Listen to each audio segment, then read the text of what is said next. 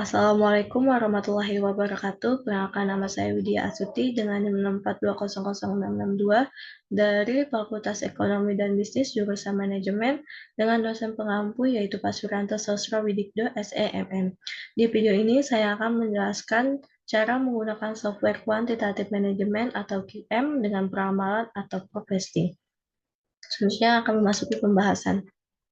Dalam metode peramalan dapat dilakukan dengan berbagai metode, yaitu yang pertama ada naive approach, yang kedua moving average. Di moving average ini juga ada wedge moving average method, lalu ada exponential something method, lalu yang terakhir linear trend project. Di video kali ini saya akan membahas tentang yang naive approach dan moving average.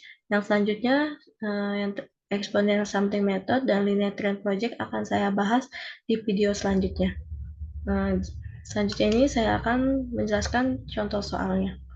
Yang pertama ada contoh soal naive approach, yaitu PT Snowman memiliki data masa lalu untuk periode 6 minggu sebagai berikut.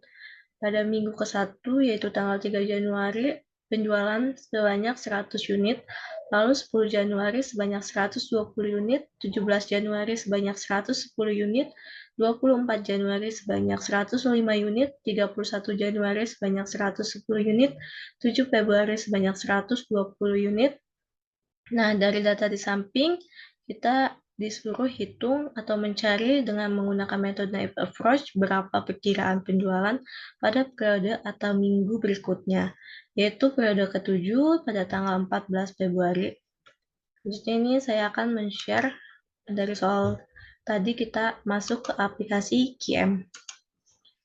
Nah, di aplikasi QM ini kita pilih modul 3, lalu kita pilih forecasting, lalu kita klik time series analysis.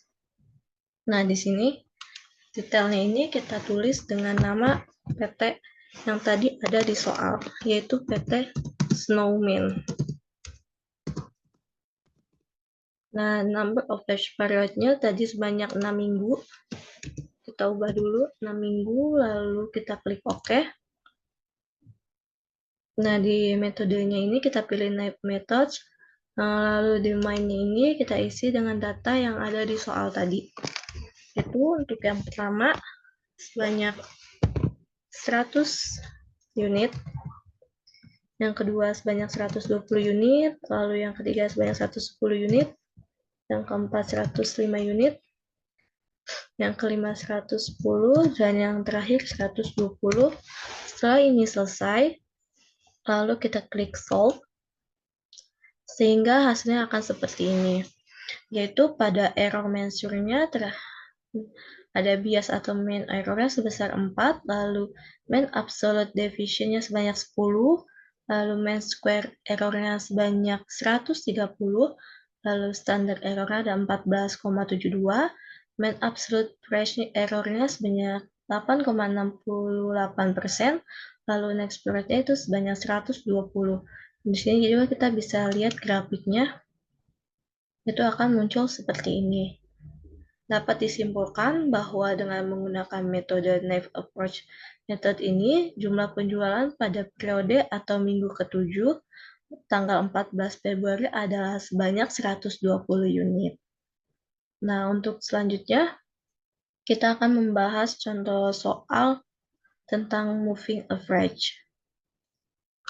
Sini kita lihat dulu contoh soalnya tentang moving average itu. Nah, ini soal metode moving average. Sebuah perusahaan multinasional PT Taruna Kusuma mencatat penjualan selama 1 tahun sebagai berikut, yaitu pada bulan pertama sebanyak 180 unit, bulan kedua sebanyak 215 unit, dan bulan ketiga 190 unit, bulan keempat 160 unit, bulan kelima 170 unit, bulan ke-6 sebanyak 200, bulan ke-7 sebanyak 190 unit, dan bulan ke-8 juga sebanyak 190 unit, bulan ke-9 sebanyak 200, bulan ke-10 sebanyak 210, bulan ke-11 sebanyak 215, dan yang terakhir bulan ke-12 sebanyak 220. Dari data di samping, kita hitung dengan metode yang pertama, metode moving average 3 bulan, berapa perkiraan penjualan pada bulan ke-13.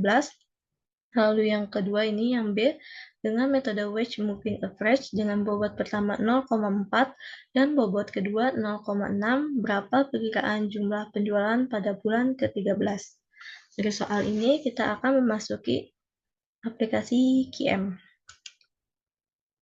Kita masuk ke forecasting, lalu time series analyze. Kita masukkan PT-nya yaitu PT Taruna Kusuma. Di sini sebanyak 12 karena ada 12 bulan. Kita pilihnya yang 1, 2, 3, 4 sesuai dengan soal. Kita klik OK.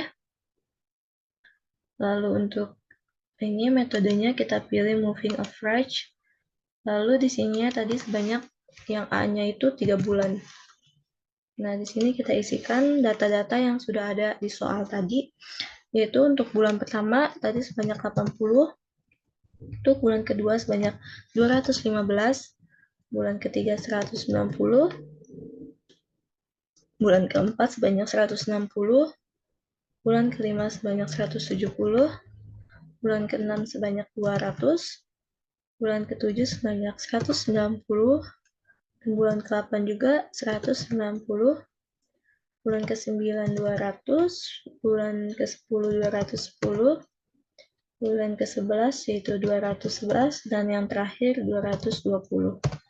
Lalu selanjutnya kita pilih ini, kita klik solve. Nah, nanti hasilnya akan seperti ini. Untuk bias mean error-nya yaitu sebanyak 4,44, mean absolute deviation-nya itu sebanyak 16,296, dan mean square error sebanyak 349,383, lalu standard error-nya sebanyak 21,194, dan mean absolute present error-nya sebanyak 8,702%, dan next period-nya sebanyak 215. Di sini juga kita bisa lihat grafiknya. Akan muncul seperti ini grafiknya dari data yang masih sama. Ini grafiknya seperti ini. Nah, dapat disimpulkan dengan menggunakan metode moving average dengan 3 bulan, jumlah penjualan pada periode bulan ke-13 adalah 215. Nah, selanjutnya kita akan menghitung soal yang B. Masih menggunakan data yang sama, tetapi ini metodenya kita ubah menjadi wedge moving average. Lalu di sininya karena bobotnya ada 2, kita ubah menjadi 2.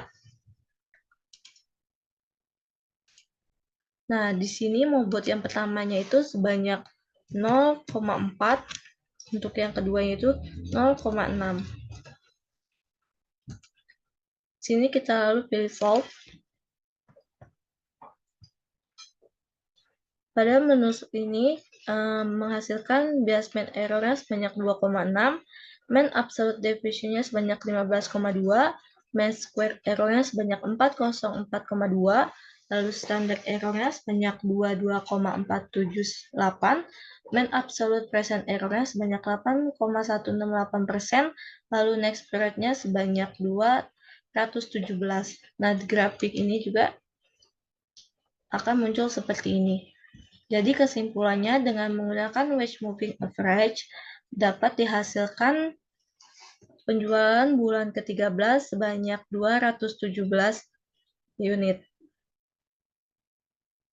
Mungkin itu saja yang saya sampaikan tentang metode knife approach dan juga moving average. Kurang lebihnya mohon maaf. Wassalamualaikum warahmatullahi wabarakatuh.